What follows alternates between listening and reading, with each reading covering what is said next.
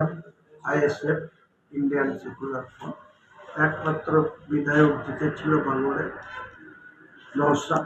Naushad no doubt ছেলে ভালো, কিন্তু তার যে 5 বছরের যে পলিটিক্যাল ক্যারিয়ার বা অভিজ্ঞতা, সেই 5 বছরে সে দিন দিন মানুষ শক্ত হয়, সাংগঠনিক দিক থেকে শক্তিশালী হয়।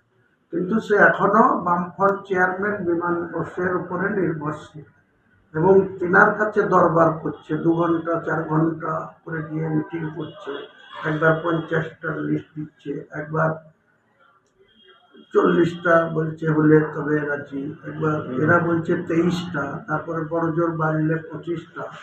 এইসব নিয়ে আমার কথা বলার কোনো দরকার নেই। ওটা বামফ্রন্ট বুঝুক আর নওশাদ বুঝুক, আর তৃণমূল তাকে হারাবে না নিজে জিতবে না 200 পাবে না 250 পাবে, তৃণমূল ভোটের পরে বুঝবে। আর আমরা আমাদের টার্গেট এই তৃণমূল যে সরকারটা একদম মিথ্যাচারের সরকার, তোলাবাজির সরকার, চাকরি বিক্রি করার সরকার। মানুষের কাছে আজকের দিনে এদের কোনো স্বচ্ছ ভাবটি নেই। যেটা মমতার সম্পদ ছিল, সেই সম্পদ মমতা আজকের দিনে দুর্নীতিগ্রস্তের একটা নেত্রী। তাদের বিরুদ্ধে আমরা অল আউট নির্বাচনে যাব।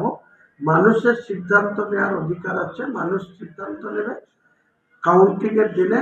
এবার তো আর কাউন্টিংয়ে কোনো প্রাইভেট কলেজে কি গার্লস কলেজে কি রাজ কলেজে হবে না। ইলেকশন কমিশন সিদ্ধান্ত নিয়েছে প্রত্যেকটা ডিএম অফিসে কাউন্টিংয়ের ভেন্যু করবে।